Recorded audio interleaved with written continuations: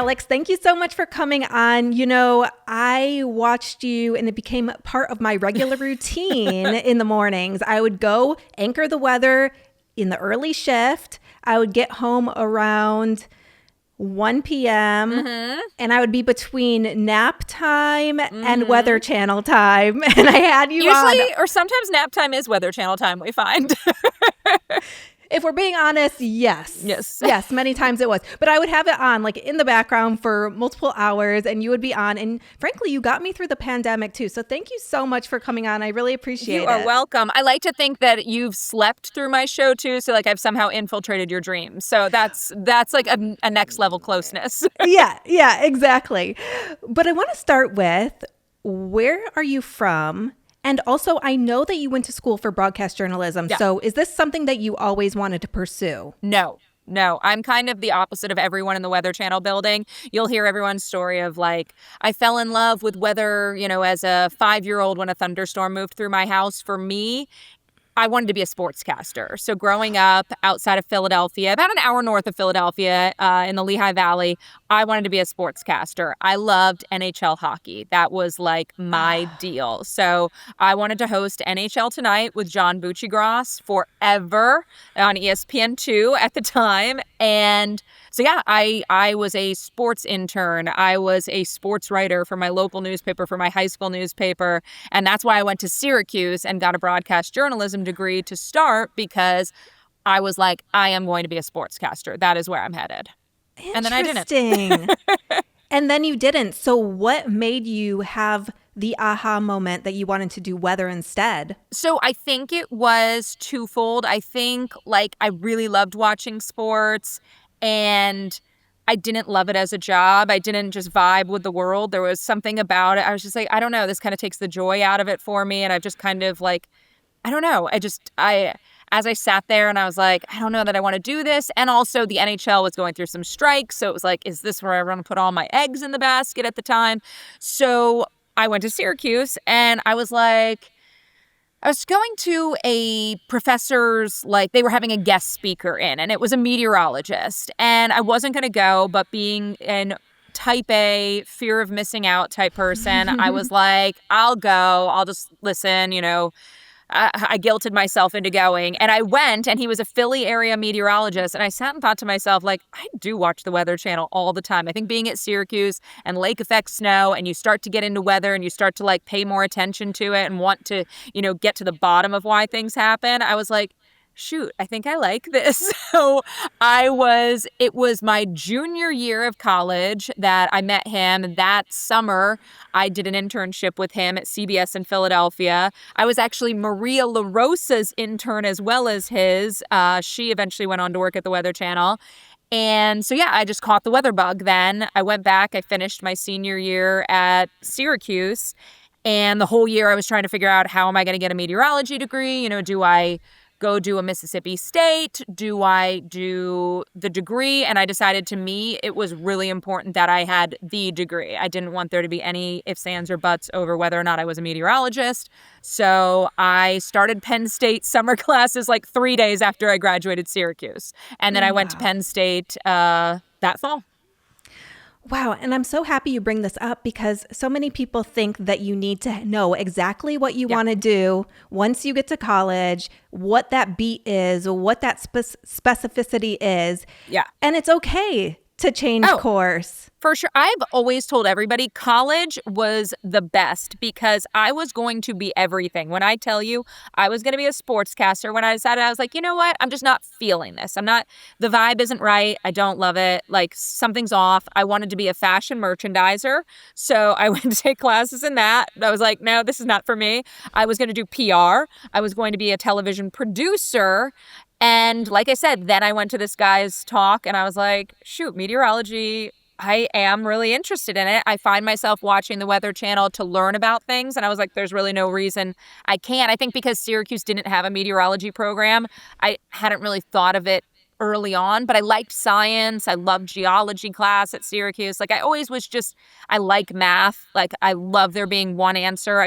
I was also a business major at Syracuse because my parents thought if I was not good at TV, I should have a business degree. And I remember like I loved accounting because I love math. Like I like there being one answer. I hate law because it's just, any answer's right. It's just how well do you argue it? And I'm like, no, there needs to be one right answer, not multiple. What's your sign? Scorpio. Okay, that tracks. It makes a lot of sense. Makes a lot of sense. So I am definitely like, the way is the way. I am routine oriented. I like math. I am not creative at all. So it's funny. We always joke on Weather Unfiltered that I am not the ideas person by any means. I will execute the heck out of their ideas because like once you tell me what to do, I'm like, oh, I got this. But in terms of like coming up with an idea, I'm like, I got nothing. Yeah, I'm a Gemini, so I need to argue myself out of everything. There you go. So you loved law class. Law class was your thing. Yes, exactly. So what happened next? You went to school for meteorology, and then where did you go? I went to West Virginia. So my first job was in wild and wonderful West Virginia. It actually was a great first job. I it wasn't like the crazy low money that you hear, I was able to survive. I could pay for I was definitely not like living it up, but it's survivable. I know some of the kids I went to college with were doing like side hustles because like the TV just didn't pay the first jobs or all the bills, your first job in TV. So I was lucky that, I got to go to Chili's once a week with my dog. Like we got takeout from Chili's, like that was the big meal. But, I was able to, like sustain a tiny household of one and a dog. So it was Huntington, Charleston. It was a really interesting setup there because it was West Virginia media and they owned 4 stations. And I actually did the weather for their smaller market in Beckley, but I worked out of Charleston or the Huntington, Charleston market. So I worked there and a lot of times I would fill in on market 65 / but 135 or 130 was like my job. So it was cool because it gave me the opportunity to kind of dip my toes into something like a bigger production, but I was definitely starting in a small market where everybody needs to because you are going to say the dumbest things you've ever said. So so much so. Oh, yeah. You look back at some of that real footage and you just cringe. You're like, and when you get the dry mouth and your teeth or your lip gets stuck to your upper teeth while you're talking and you're like, I can't get it down. This is so weird. Or you just like forget to take your mic off when you go to the bathroom and then everyone in production is like, hey girl, we take mics off. And I'm like, oh my God, I'm just not used to wearing mics yet. I'm sorry. So you have to learn all these lessons in tiny markets. Totally. Do you remember any of your live shots when you were first starting out? Ooh, yes, I got to go to the chocolate festival in a lot of, I didn't do many weather live shots, interestingly enough, in my local years. I did a lot of like community and event-based things. So that was really like, that was fun because you're the weather person, like doing the weather live from the West Virginia Fair or the Lewisburg Chocolate Festival, or when I went to Greenville, South Carolina, then it was like, you're doing I forget what we called it, but it was like some kind of like hometown Thursdays or something where we'd go to a different town in the area and, just say what's cool about the town, do the weather from the town. So it was just very much like a big fun show. I was going to say, sometimes those event shows end up being weather shows because you talk more about the weather than you do about what's going on. I remember my hair was flipping into my face so much. I'm like, this is about wind, everyone. This is not about the state fair. Yeah. You're like, your cotton candy is going to blow away. The funnel cake stuff gets all over you. It was fun. I actually loved living in West Virginia because on my town street, they did a fair. And like, you have not lived until you've had funnel cake in your own house. That was such like a weird amount. I walked a block up, I bought a funnel cake and I took it back to my house and I watched America's Next Top Model while I ate funnel cake, which also felt very much like a vibe. So I love that. Okay, so that's the first market you were in. Yes. Where did you go next and how long Greenville, were you there? South Carolina. So I worked in Greenville, South Carolina for 3 years after 2 years in West Virginia. And I worked at a Fox affiliate there called Fox Carolina. And like our whole vibe was like we were foxy and like a little edgy and a little fun. So I loved it because I got to do more than just the weather. So I love doing weather, but I think because I have the sports background and I really love pop culture. I've really loved jobs where I'm able to talk about more than just, the weather. So they let me do a pop culture segment there. Oh my gosh, I wish I could remember what I called it. It was called like I think it was like the G block, like the gossip block, but it was like the block of the show. But that's good. That was definitely not what it was called. It was some kind of block, but it was fun. So every day we get to do like a little Hollywood gossip. And so it kind of scratches that itch of getting to do other things, which is fun. Well, I was reading your bio and you said that you were a pop culture fanatic. I'm like, oh my gosh, we would be best friends. I know. We would be besties. Yesterday, we were all like, well, when I say we were all, everyone was listening to me talk about maybe like Tom and Lala being like an item now on Vanderpump. And I was like, soft launch, maybe it is. And like, the studio's silent because no one else cares nor knows about Vanderpump Rules. But I'm like, just let me work through this, everybody. Yeah, exactly. It's like yesterday I interviewed Jane Lynch and she does Celebrity Weakest Link. Yes. And the episode last night that we were talking about was a reality show based episode. So it was, who was it? It was The Hills, Spencer Amazing. and Heidi. Perfect. With Lauren and Cameron from Love is Blind, season 1. I ran into them at a restaurant in Atlanta. I was so excited. Oh, so. really? Yeah. How funny. I didn't bother them, but Cameron and I do follow each other on Instagram because I think he's a scientist and he appreciates Weather Channel. And then I follow Lauren too, so... So you kind of looked at each other like, hey, what's up? Yeah, it's kind of like, I know you, fellow Atlanta scientist. Yeah, exactly. But they were like very much in conversation. So I was like, I'm not going to be that person right now, even though I'm fully comfortable being that person regularly. So yeah. All right. From that tangent. Right. Where do we go next? Weather Channel. So you from did go to the Weather Channel next. Yes. So I had an interview with the Weather Channel when I was in West Virginia. They had reached out to me and I did the interview at Rockefeller Center. They reached out to you. Mm-hmm, yep. So they had a talent scout reached out to me when I worked in West Virginia. I did the Rockefeller Center interview and I just knew I didn't feel great about it. I was like, I don't know that I did that good. And I didn't get it. And I remember like laying in my little bed in West Virginia being like, I'm never going to go to the Weather Channel. I'm like, in the moment you're crushed.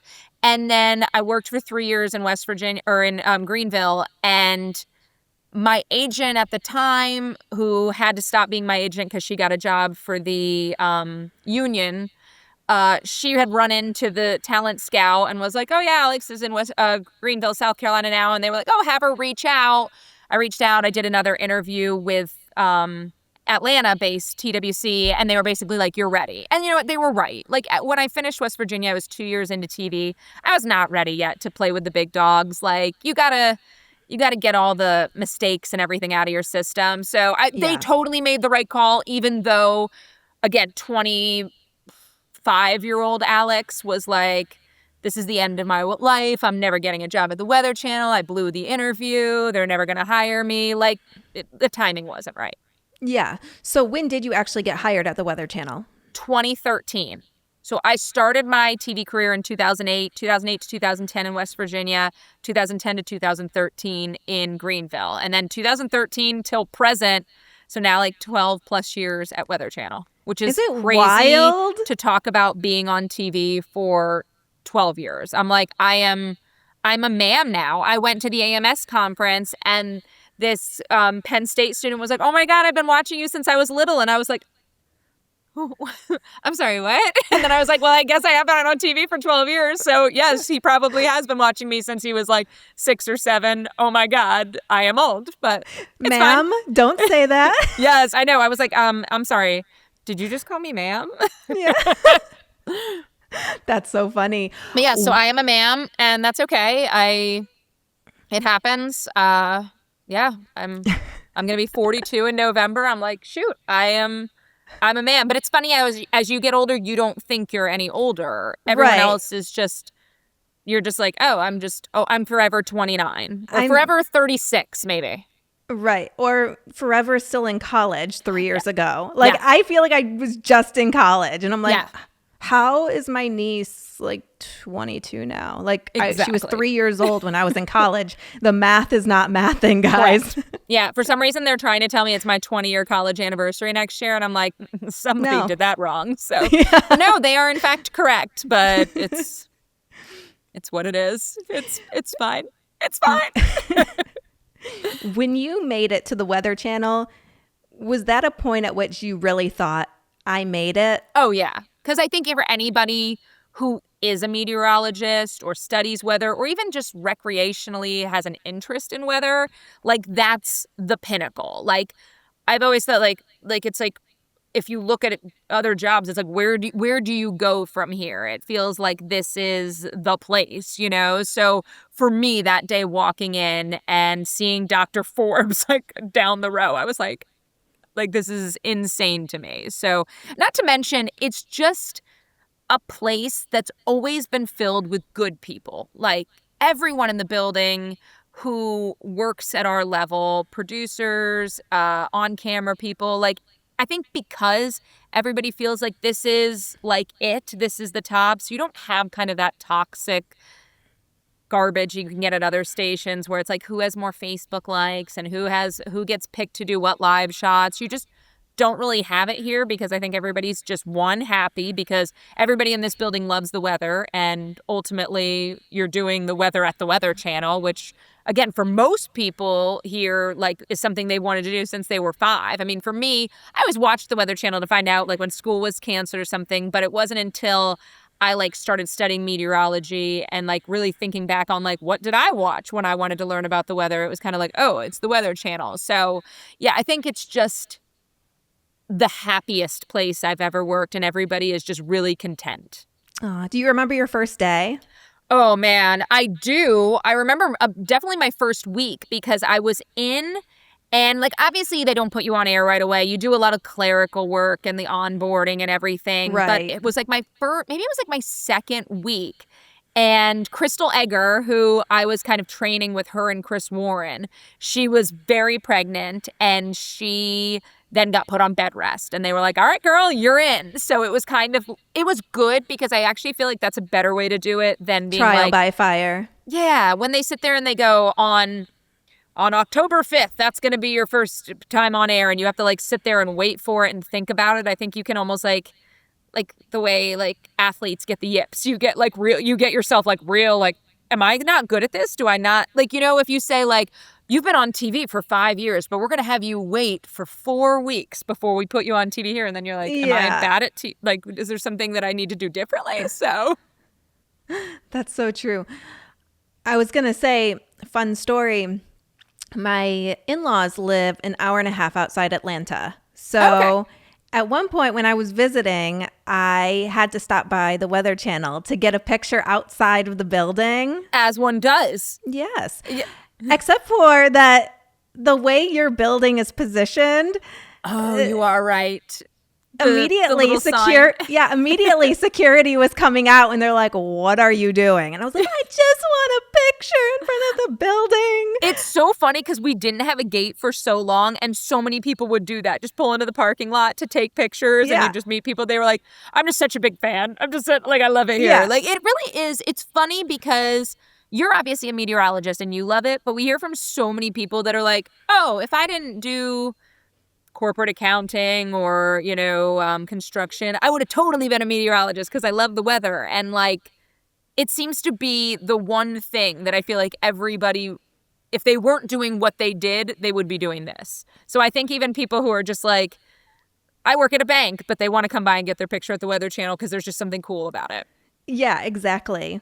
Could you just tell me about the show Unfiltered and what that's like? Yeah, Weather Unfiltered. So Weather Unfiltered is kind of like, it's me, Dr. Nab, the former director of the National Hurricane Center, and then Mike Bettis. It's the three of us. So it's 4 hours. They've moved us all around, but they've settled us back into the night because we are a little bit different than most of the shows on the Weather Channel. We'll do a little bit more in the way of experiments and kind of like in-depth segments that obviously they can't do in the morning. People are in the morning looking to do, you know, quick forecast, get out the door. And also like our team, we operate more that way.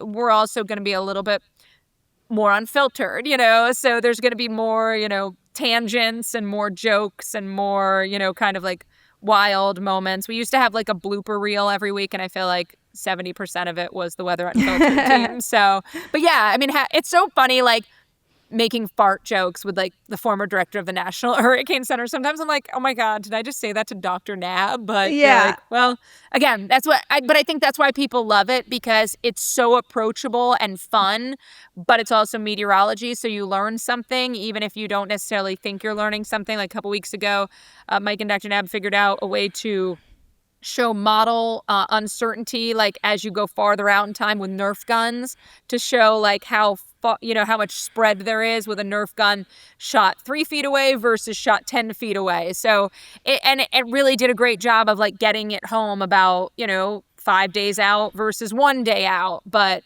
so yeah, it's a cool show. I love it. Everything is so full circle moment on this podcast. So Mike Bettis is married to Allison Chinchar, who I've also had on this podcast because she's a meteorologist at CNN. Yes. So yeah, small world, but that's so fun. Yeah. How often are you in the field versus in the studio? Oh, I would say I'm out a couple times a year. I don't feel like I go out super often, but I would say quarterly at the very least. Like the last time I was out was July for rain in Florida. That was like possibly a tropical system, but didn't end up being a tropical system. I think it's just like it's been a quiet hurricane season for us. So knock on wood, girl. I know. Knock on wood. Yes.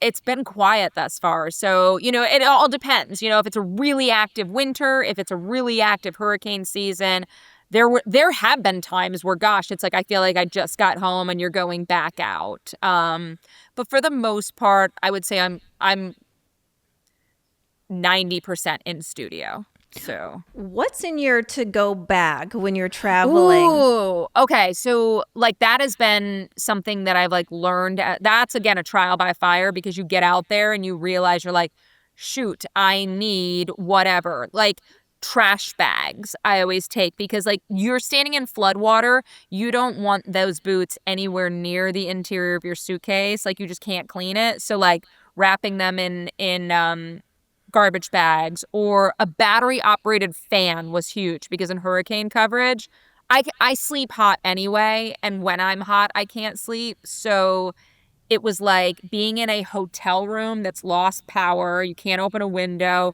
It's just stagnant hot air. Musty. So like, yeah, I had to get like a battery operated fan.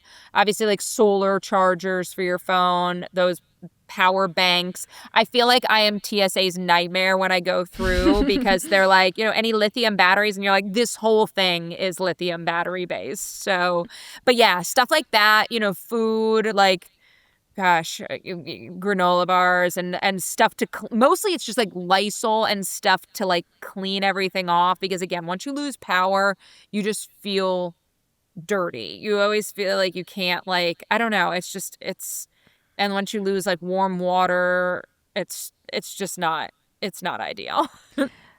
Are there any story moments that you remember, stories that you've covered that stand out to you?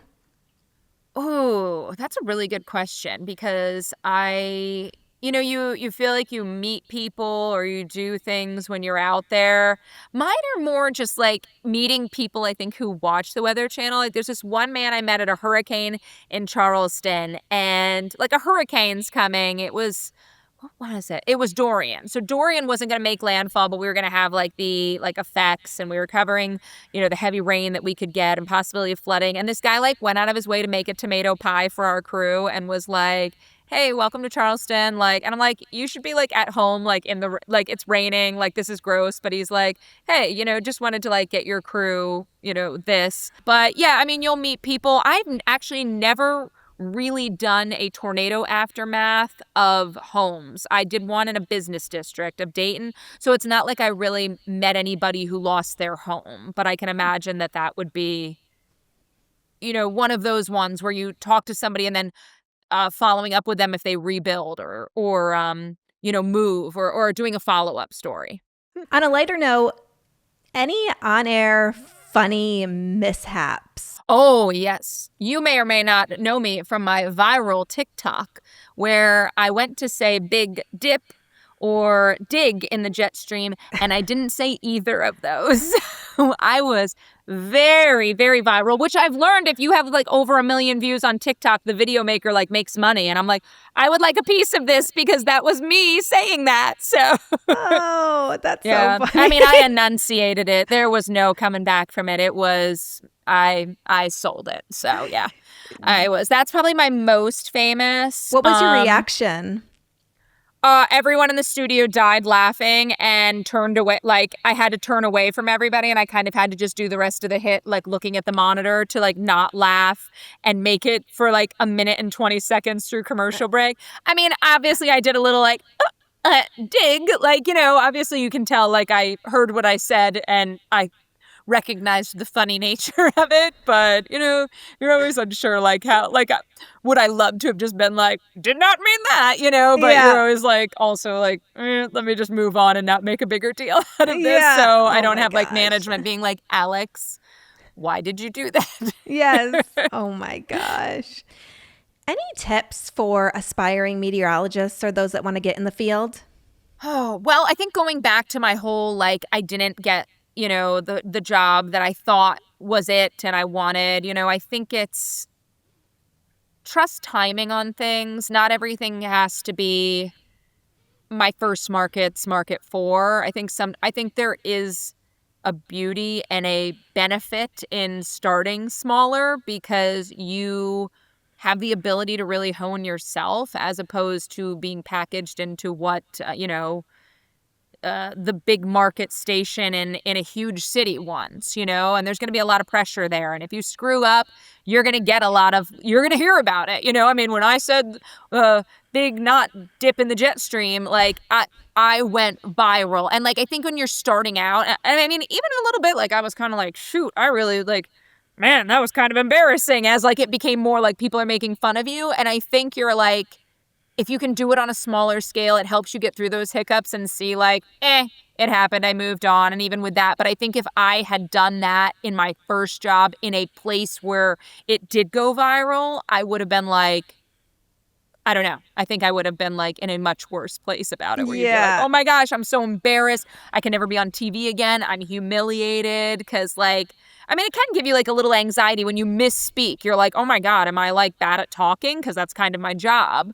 So I think that like things happen for reasons. I've always been a big believer, and especially through my career and just in life in general, like things happen the way they're supposed to. And you may not see it in the moment, but down the line, you're going to understand why something happened or why something didn't. I mean, I am still like, there's a reason that I guilted myself into going to a meteorologist talk that day at Syracuse when I had full intention of not going. It wasn't required. It was just, hey guys, we have a guest speaker if anyone's interested. And I was like, nah, I'm not really feeling great. I just don't really want to go. I don't want to walk through campus. And then for some reason I went, and I think it like changed the trajectory of my life. That and like, just like do your thing. Don't try to do what somebody else is doing. And because I think on television, if you're not being your authentic self, it comes through. So just because something works for your coworker or an anchor on another station, it may not work for you. And I think one of the things that's paid off for me is being myself and probably doing things that honestly, like I think about even when I was like doing test runs through weather at the weather wall at CBS 3, like if a bug landed on me and I was like, oh, gross, you know, they would be like, don't ever, you know, acknowledge it. And I think leaning into being like, you know what, I'm just going to do in the moment what makes me me, like people see like authenticity. And I don't think they necessarily want just like, I am your anchor, like this is the weather. I think people like seeing a human. Absolutely. And that also made me think about, how do you handle criticism online? You know, as I got older, you try to ignore it. It always stings. I mean, no one's going to sit here and say, and I know everyone's like, oh, it's a troll in somebody's basement, and it is. But like when they go out of their way to write, you're ugly, you're fat, you suck, whatever, it's always going to sting no matter who it is, and so you try to not see it. Obviously there's no way to not ever see it, but you compartmentalize it. You get a great therapist. you deal with it, and you just realize, like, I mean, there are times, I'm sure, where we've all, like, seen somebody on television and been like, wow, that's not her greatest look. But to go out of your way, like, there's something going on that would make somebody go out of their way. So to me, I'm kind of like, they got other issues. That's, like, I might turn on so-and-so and be like, I don't love those pants, but I'm never going to write her because I got my own thing and you're not. So, and the intention you recognize is to hurt or to be cruel. So you're just like, all right, I got to remember that. Again, it stings. There are some, but there are some that are also hilarious. Like sunburns, you're like I got one once that was, hey, Alex, you look sexy today. What's up with that? And I was like, thank you. Like, it was like normally you look awful, but like today you look really good. Or where do people come up with this stuff? Like, where do people come up with this stuff? Oh. So one time somebody emailed me to say, can you stop saying of course? So I wrote back, of course. Of course. Yeah. And I always try to not, but every once in a while, I mean, sometimes they just tee you up and you're like, I have to. I just have to. But yeah, a lot of times I recognize that they're writing it because they want a response. Like, and it's like the little boy in school who was like picking on you because your mom said they liked you, or they wanted your attention. So a lot of it is like somebody writing like, you're the ugliest woman I've ever seen, or I hate your knees or something. And it's like, they just want you to like reach back out and it gives them something. But exactly. Whatever. But some of the creative ones, I'm like, or they like just oddball ones, I'm like, all right, that is, I don't even know. Sometimes I'm like, is that a compliment or is that a burn? I don't know. But yeah, you look so much better in person. Yeah. Yeah. I don't know how to feel about that. So I look awful. You. Like, I always get, you take terrible pictures, which I do. I take the worst pictures on earth. I don't know I feel like my face is like lumpy and like pictures like, which is helpful because I feel like it keeps you looking youthful. Like obviously people get injections to keep like, full cheeks and stuff. But for some reason, when you pause it in time in a photo, I look terrible. And I think also now that I know I look terrible in photos makes me look even worse because I'm like, oh God, there's a camera at me. But like on like, and people have said like in moving images, you're so much nicer looking. I'm like, I know, I don't know. I'm so awkward in front of a still camera because it's like, I know this is going to be just bad. Oh my gosh. Before I let you go, how do you feel like forecasting has changed in the time that you've been at the Weather Channel, and where do you see it going forward? I think we've a little bit lost the plot. I recognize that not everybody needs to have a meteorology degree, and there are some really great forecasters who don't. I think one thing that for me is frustrating is when you see people doing like a 12 credit online campus thing and then they call themselves meteorologists. I feel like we've watered down it a little bit, and we've got people on some like big stations or big networks talking and like being incorrect, and you're kind of like, dang, like I kind of wish we would. I know like the AMS seal and everything has kind of locked down on a little bit, but I wish we had a little bit more pride in the science of just like, somebody takes 3 classes and now they're a meteorologist on television and then they're saying wrong stuff. So I think, obviously it's something we always battle with, whether it's, people on national networks or people in high level local stations or just people who'd have like, Alex's weather page where I'm just somebody who I just post the most crazy stuff like Category 5 hurricane coming next Saturday and, trying to get through that. So I think that's always the hardest thing and I'm sure you find as well, it's like, it's difficult to be like, no, believe me, but when we're using the same verbiage for everybody, when they're like, well, you're a meteorologist and they're a meteorologist, and you're like, yeah, but it's not that simple. And it's like, I think because anybody can call themselves a meteorologist, and even I think some big media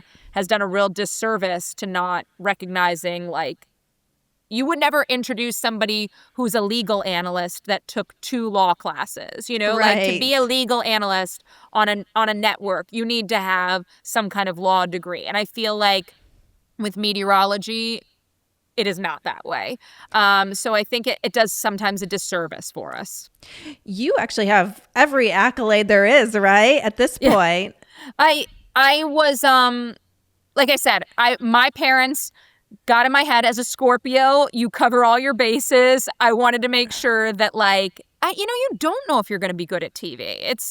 It is kind of going into it, I was like, I don't know, like, are they going to want somebody who's, 6 feet and a size 2? Like, you just don't know if you're going to be good. You don't know if you're going to be in demand. You don't know if you're going to get a job. Do they like what I'm selling? Do they like my presentation? So I was like, And Syracuse made it easy that if you did a broadcast journalism degree, you could also do a marketing or some other business degree, and they cut some of the classes. So it wasn't like the overlapping ones. It wasn't like you were taking like all these classes that were basically the same. It was a dual degree. So they made it easier to do that by getting rid of some of you're still doing 2, but it wasn't like I had to take 2 math classes or 2, Right. general ed.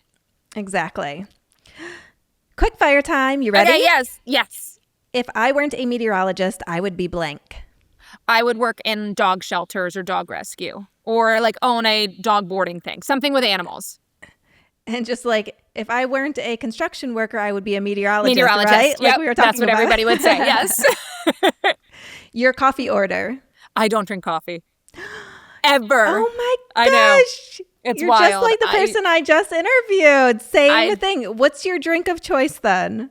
I'll do Diet Coke if I need like a little pep me up. I think like Alex Wilson already runs at like level 11, people say. So like I'm afraid like throwing coffee in there. I just don't think I need it. But I like Diet Coke. I love champagne. Or like sparkling wine, like after work or later. Or like if I'm going out, I'm always bubbles. Yes.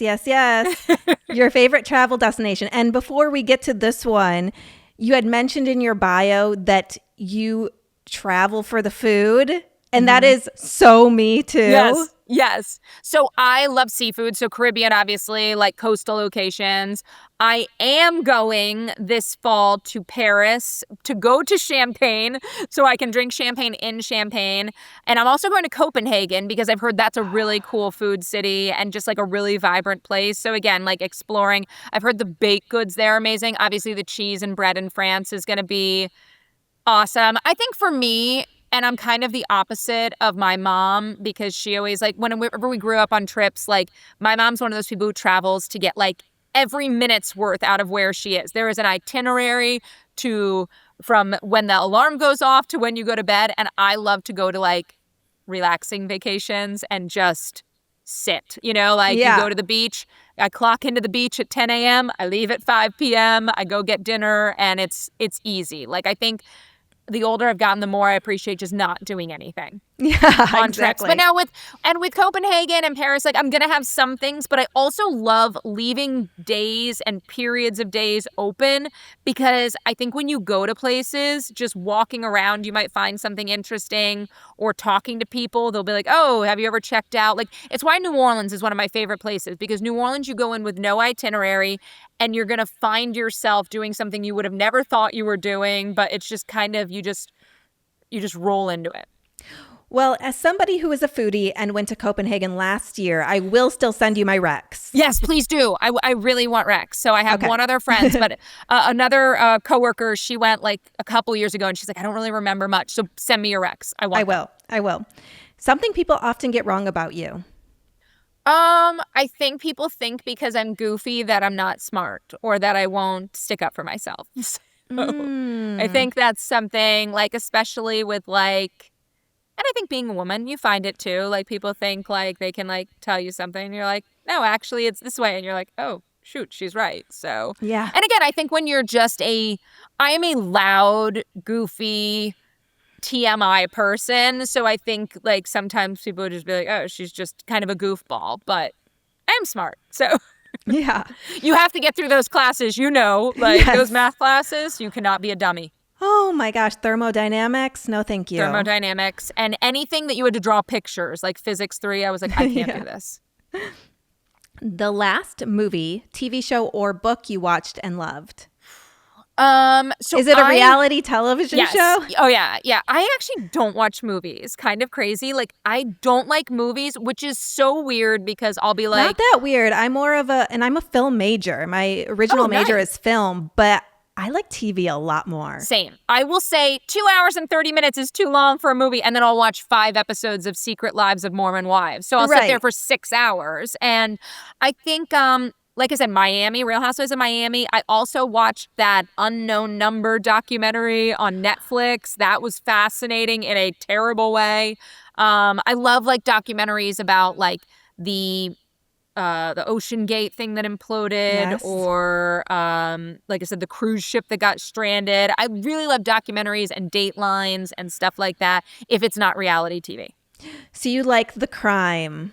I do. It's like I'm not a huge like crime. I don't listen to crime podcasts or something, but I do like true crime. Like I find like if I drive home to Pennsylvania, which is like a 12-hour drive, I'll stream Dateline episodes because they make things go faster and it's just interesting. Oh my gosh. I like can still remember Dateline episodes from when I was like 8. Oh yeah. Like I am traumatized. Ones that like stick with you or like I'll never drive behind a log truck because of Final Destination. It's just like the things that stick with us. Yes, exactly. Yeah. Final Destination has a hold on me as well. Oh, right.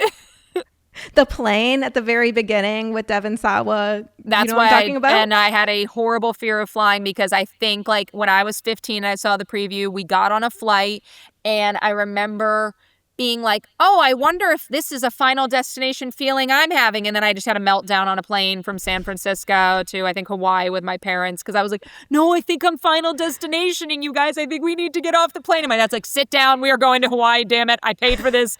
Shut up. It wasn't my final destination is the moral of the story. Yeah. Well, I do understand your dad's point. Yeah. Sit down. Yeah, he's like, we are not doing this now. If you could switch lives with one person for a day, who would it be? Ooh, I think, okay, so there's probably much more like smart and like cerebral answers to this, but I've always wished I could dance. Like that is something like I can dance like at a wedding but like I wish I could do like choreographed really good dance. So right now, and I love the idea of like being like a pop star, like that just being so cool. So Tate McRae, I think, is who I'd want to switch days with right now. At first I thought you were going to say Taylor Swift. Taylor Swift would be a cool one too, but like I want to dance. Like I want to be like a great dancer too. Yeah. I mean, obviously being Taylor Swift would be like wild. Although I think I'd hate it.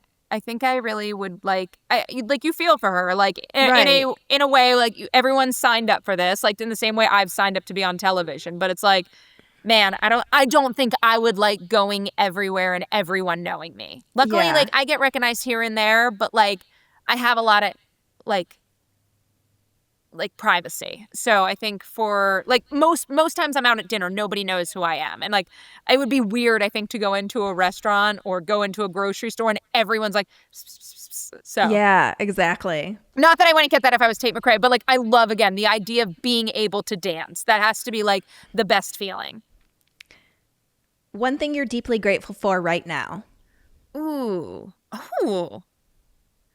I think like as you get older, you find out who your real friends are and people who like stick by you through things and just are with you through life. And I think like it's funny because I was just talking to my mom about, you know, people who have kind of fallen off or people you don't talk to as much anymore. And then there's like always a few like real ones who stick it out. And obviously family are those, but there are just like a couple friends who are just like always like done right by you. Yeah. And like, especially as you know, navigating this business, which can be hard sometimes and comes with complications. But like, there are just like a few people in this world that I'm like, and I think the older you get, you're the more grateful of all the stages of life you've gone through with these people. And then some new friends that you've brought in it, like, and because now also you're a little, I'm obviously more picky than I was at 22 over who I'm hanging out with because I know what Right. I'm looking for, and you feel like you meet like-minded people, and then you're like, okay, like I found my people. So I think finding my people,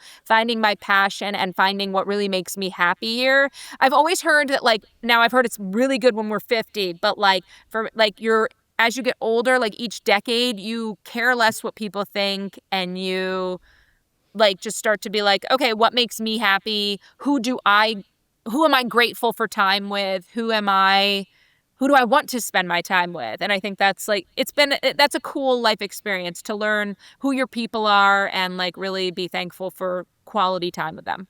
For sure. Your favorite restaurant? Okay, so now I live in Atlanta and there's so many great places and like I'll have like different favorites. But growing up until I was about 28, it was Chili's. Every birthday, every graduation, my 21st birthday was at Chili's. Like Chili's was it. And so Southwestern egg rolls and chicken and shrimp fajitas and that Presidente margarita and the molten cake. And I remember this man, I remember being in like college or at my first job. I think it was my first job because obviously I still ate Chili's and I still love it. Don't get me wrong. If you let me go to Chili's right now, I'd love it. There's so many more options. Yeah. This guy sat next to me and as I drank that Presidente margarita and ate one of those molten cakes, he was like, young lady, one of these days you're not going to be able to do that. And now I know exactly what he's talking about because the thought of eating that sugary cake with that sugary, I would be dead now. Like I love both separately. Like I love margaritas and I love chocolate and molten cake, but the idea of now putting those together, I'm like, how did I do that? That was so. But yeah, I was a Chili's girl. Not the chips and queso? I like chips and queso. It's funny. I am a sweets person for sure. Like if you said, do you want cake or cookies or do you want chips and salsa? I'm always picking cookies. Like I am a sweets person. One of my best friends in high school worked at Chili's, and so we went way too much because she got the discount. Oh, so yeah. we were there a lot. Oh, my friend worked at Outback, and I loved that bloomin' onion, and she's like, if you saw how it's made, you wouldn't eat it. And I was like, well, then don't tell me how it's made because I love it. So Yes, exactly. Lastly, if you could go back in time to when you first started your career, what piece of advice would you give yourself? I think it's been like stick with being yourself.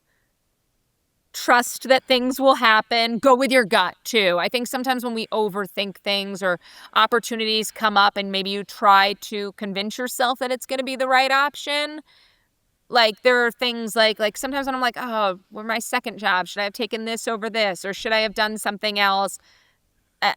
I'm not unhappy. Like in the moment you're kind of like, you're like incapacitated by decision, but I think deep down you just got to listen to your gut because I think like I've always kind of known really what I wanted, even though it's like, oh, but on paper this seems so good and this feels right and stuff. Like again, things happen for reasons. So and again, be yourself. Don't try to I've never tried to mold myself on what I see somebody else do because it's what they're doing is not going to work for me. I'm not going to sell what they're selling if it's not who I am. Yeah, like you said earlier, you just have to be your authentic self. Yeah, I think people see through it, and if you're not authentic, then people are just kind of like, and nobody wants to watch a robot. Like, and I'm sure there are people who hate watching me, but it's just, I think people will respond. I think people will always respond to authenticity and realness. So even if they don't necessarily like who your real self is, they're like, well, at least she's not, you can tell that's really how she is. I think people like it more when those people embrace their flaws more. Yeah.